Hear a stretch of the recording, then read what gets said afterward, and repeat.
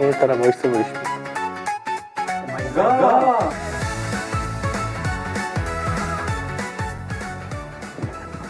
네, 최재형 목사의 오마이갓. 오늘은 39번째 시간입니다. 목사님 안녕하세요. 안녕하십니까? 네. 네, 더 젊어지신 것 같아요. 아, 네. 고맙습니다. 예, 봄이 됐잖아요. 네, 예. 이 봄꽃이 참 만연한데, 근데 이 참 아쉽게도 세계의 봄은 거리가 있어 보입니다. 예. 이 중동 전쟁으로 세계가 골머리를 앓고 있는 가운데 남북 관계 역시 좀처럼 나아지지를 않고 있습니다. 그래서 오늘은 목사님과 이 남북 문제 점검도 해보고 종합 특검팀의 수사 진행 상황도 좀 들여다보겠습니다.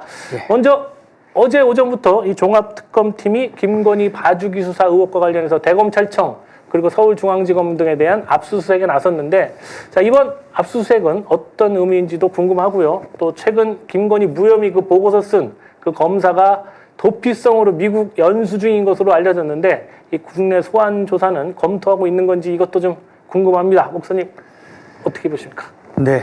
디올백 이슈가 이미 사라졌고, 내란 재판도 되고 있는 마당인데도 거의 디올백 사건은 매주 뭔가 이슈가 터진다고 보시면 됩니다. 네. 근데 뭐 일반 언론들은 이미 관심이 없는 것 같고 당사자인 제가 자꾸 상기시킬 수밖에 없는데 네네. 어제 무슨 오전 10시쯤에 무슨 일이 있었는가 하면 이제 그 권창영 제2차 특검 팀들이 서울 대검 서초동의 대검 청사하고 서울중앙지검에 그냥 여러 명을 압수수색을 네. 보냈어요.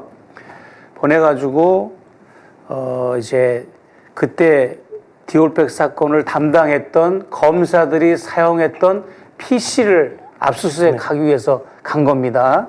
그런데 어제 압수수색 이전에 일주일 전에 3월 23일부터 26일까지 무려 그 며칠 동안 이미 또 압수수색을 단행을 했는데 그거는 도이치모터스 관련 압수수색을 한 거고 네네.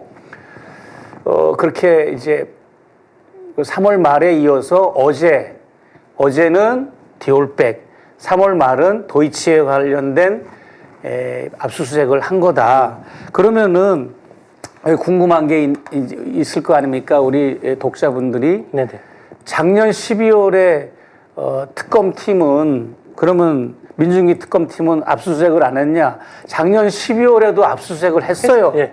서울중앙지검을 압수수색을 했는데 이번에는 왜 또 민중기 특검팀이 했는데 또 하느냐? 반복적으로 그렇죠. 이창수 서울중앙지검장이 담당 검사 부부장 검사나 이 담당 검사한테 메신저를 보냈잖아요.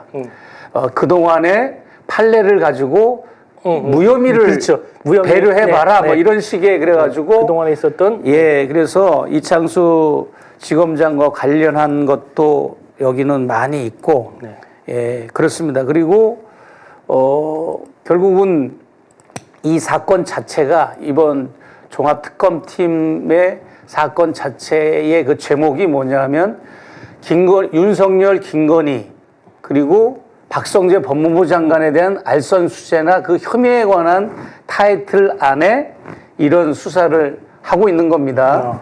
그리고 그와 별도로 또 이제 김건희 재판은 또 계속 지금 진행 중에 있고요. 저는 특검팀하고 다투면 좋을 게 없기 때문에 김건희 측만 유리하기 때문에 일찌감치 두 번째 재판하는 날 이제 모든 공소사실을 인정하고 그 다음에 증거 목록을 인정해서 그날 현장에서 구형을 받았지 않습니까? 네네. 징역 징역. 4개월. 네.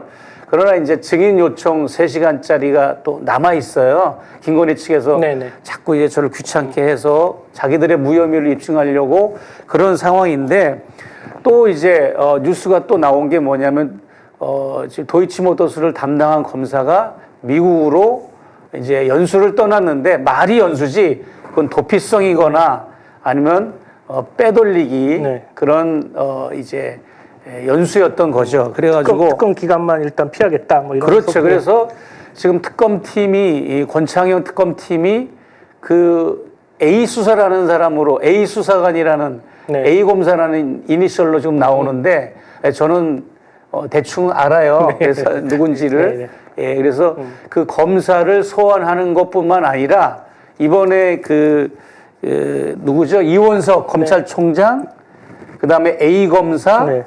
그 다음에 김민구 서울 남부지검 부장검사 네. 이 세 사람을 같이 또 소환하는 걸로 이번에 또 A 검사도 같이 소환하는 거거든요. 그래야 이제 서로 네. 꿰맞추기를 법무부에서 비교할 수 소환 있으니까. 명령을 하면 들어와야 되는 거 아닌가? 들어와야 되는데 그렇죠. 네. 자기들이 안 들어오는 거죠. 서로 강력하게 이렇게 밀어붙이는 게 없어요. 좀 보면은 답답해요. 네. 아무튼 계속 진행 상황을 지켜볼 수밖에 없는 상황인 거죠, 지금 상황은. 예, 그렇게 해가지고 결국은 김건희와 윤석열과 박성재가 얼만큼 이 사건을 은폐하고 봐주고 묵살하고 은폐하고 또 알선수재의 실체가 무언지를 밝히는 게 이번 특검의 목적입니다. 네. 네, 예. 알겠습니다. 자, 이제 이번에는 두 번째는 우리 목사님 전문 분야이죠. 또 남북 관계에 대해서 좀 들여다보겠습니다. 예. 이 북측이 조선인민민주주의 공화국 네, 이쪽에서 지금 적대적 이국가론 이거를 지금 이제 주창하고 나왔는데 따지고 보면 이게 대한민국의 헌법 제3조와 이게 충돌을 하는 상황입니다. 그렇습니다. 자, 이 남북관계 기존 패러다임을 근본적으로 흔들고 있는데 자 그렇다면 이재명 정부 자, 이 국민 주권 정부 이에 대한 대책과 전략은 세우고 있는 건지도 궁금하고요.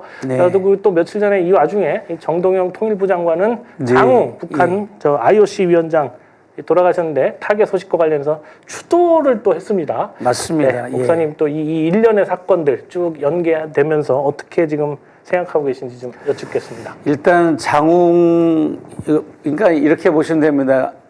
남한에는 김운영 IOC 위원이 있다면 북에는 장웅 IOC 위원이 있다. 이렇게 우리는 알고 있으면 되는데 굉장히 그 거물이죠. 왜냐하면 이분이 2007년도 4월 달인가요? 그 ITF 총재 자격으로 한국을 방문해서 그때 정동영 장관하고도 만나고 교류한 적이 있었고 그러면 이분의 업적이 뭐가 있는가 하면 뭐 여러 개가 많이 있지만 남과 북과 관련돼서는 91년 세계 탁구대회 때 남북 단일팀을 이렇게 했고 또 2000년 현정화죠? 현정화. 예, 2000년 시드니 올림픽 때 또 2008년 평창 올림픽 때 남북 단일팀을 구성해서 동시 같이 공동 입장을 하는 이런 굉장히 통일지향적인 걸 추구했던 분이기 때문에 아무리 북한의 유명 인사가 뭐 운명했다고 해서 이렇게 추도를 잘 안 하는데 그래도 정동영 장관이 개인적으로 이건 정부 차원은 아니고요. 개인적으로 SNS에 이제 서거에 대한 추도를 했다. 이런 걸 이제 말씀드리고 싶고 우리가 다 아는 그 한반도기를 같이 또 만드신 그렇습니다. 한반도기. 그런데 한반도기를 가지고 입장한 걸 두고 많은 극우 세력들은 사탄의 상징이라고 뭐 그런 극단적인 말들을 한 걸 우리가 다 기억할 겁니다. 그래서 한반도기는 사탄의 상징이 아니라 언젠가 우리의 소원이 통일이라고 할 때 만약에 실제 통일을 추진하는 과정에서는 그렇게 될 수밖에 없죠. 어떻게 한반도기가 사탄의 깃발입니까? 말이 안 되는 거죠.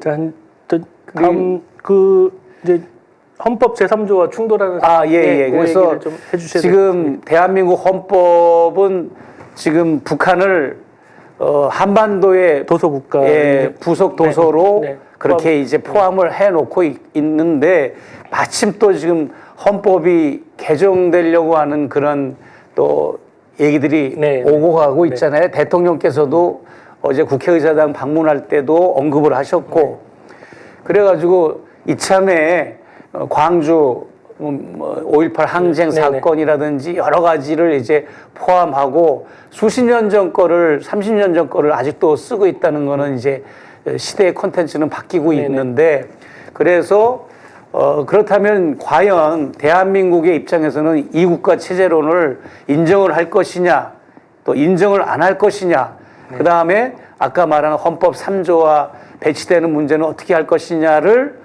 공식적으로 고민하는 사람은 보질 못했어요. 정부 관계자나 통일부 장관이나 또 의회의 외교통일위원이나 그런 걸 본 적이 없기 때문에 제가 오늘 이 방송을 통해서 제시를 합니다.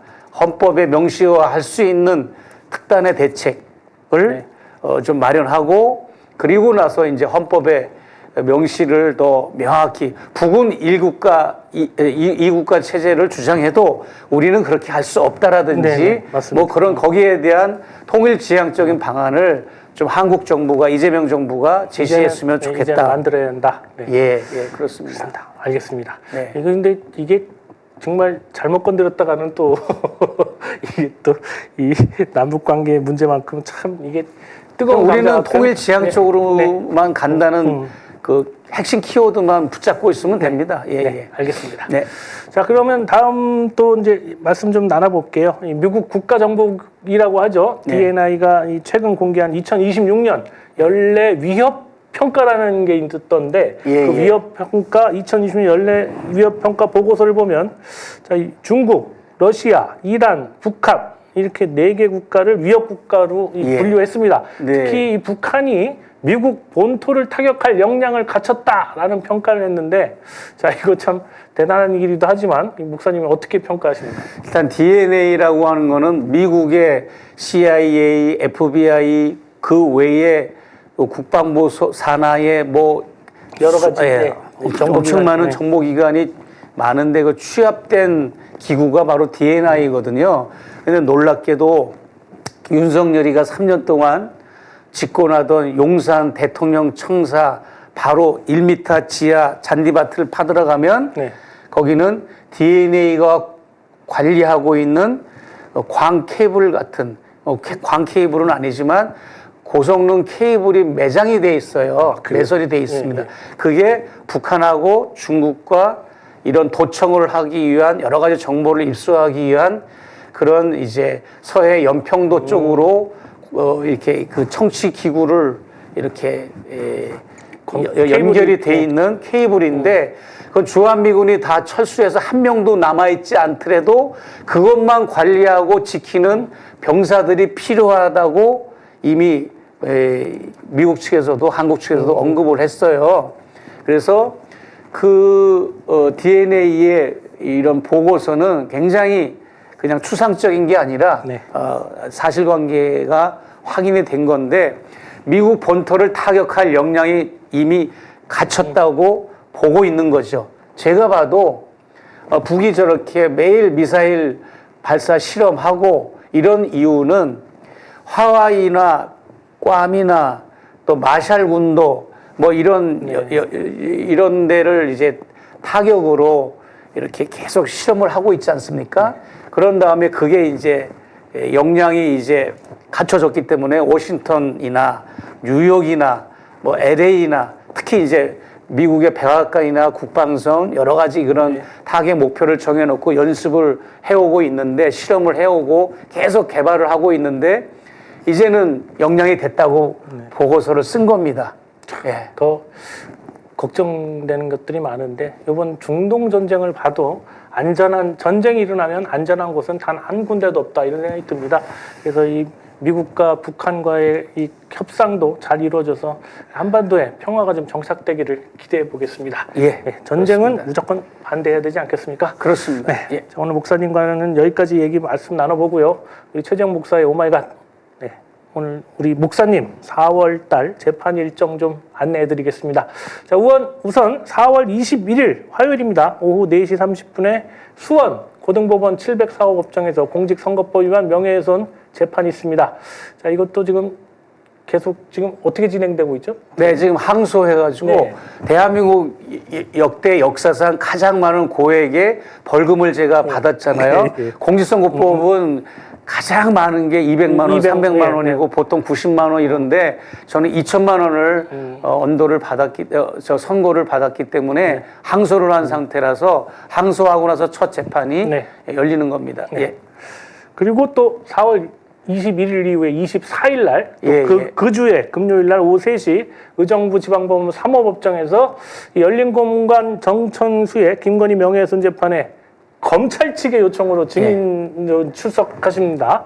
네. 제가 그 이제 김건희 씨의 전 남편, 네네. 전 남편에 대한 의사. 취재를 해서 네. 의사분 그래서 그거를 이제 방송에서 이제 여러 번 얘기를 했고 네. 백 대표님하고 우리 저기 또 우리 그 저기 쌍문동에 그 우리 영감님이 누구죠? 갑자기 생각이 안 나네. 그 정대택 회장님 네. 그분하고 같이 스픽스에 특별 출연해가지고 맞습니다. 거기서도 이제 스픽스하고 같이 공동 취재였거든요. 네. 제가 그렇게 해서 했던 거를 보고 그러니까 이제 김건희 명예훼손 때문에 근거 없이 했던 사람들은 막 그냥 사막의 오아시스를 만난 거예요. 제가 네. 폭로한 걸 가지고. 그러니까 이제 정선수 측에서도 아마 이제 제가 이렇게 방송에 한 걸 봐라. 네. 최재형 목사가 취재했더니 줄리 맞지 않냐? 뭐 이렇게 네, 네, 네. 얘기가 네, 된 네. 걸로 지금 저는 파악을 하고 있습니다. 네. 아무튼 21일 화요일 날 항소심 재판 있고요. 24일 날은 증인으로 출석하십니다. 여러분들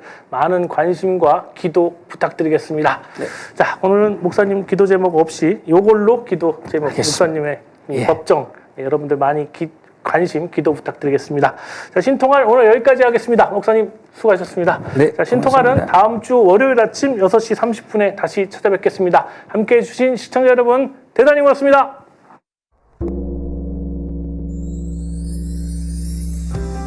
(150만) 구독자와 함께 걸어온 민족언론 서울의 소리. 우리는 오늘 새로운 얼굴로, 새로운 마음으로 다시 출발합니다. 탄압과 내란의 혼란 속에서도 멈추지 않았던 이유. 국민이 주인인 나라, 민주시민의 목소리, 국민 주권의 시대를 지키기 위해서였습니다. 이제 서울의 소리는 더 넓은 무대로 나아갑니다.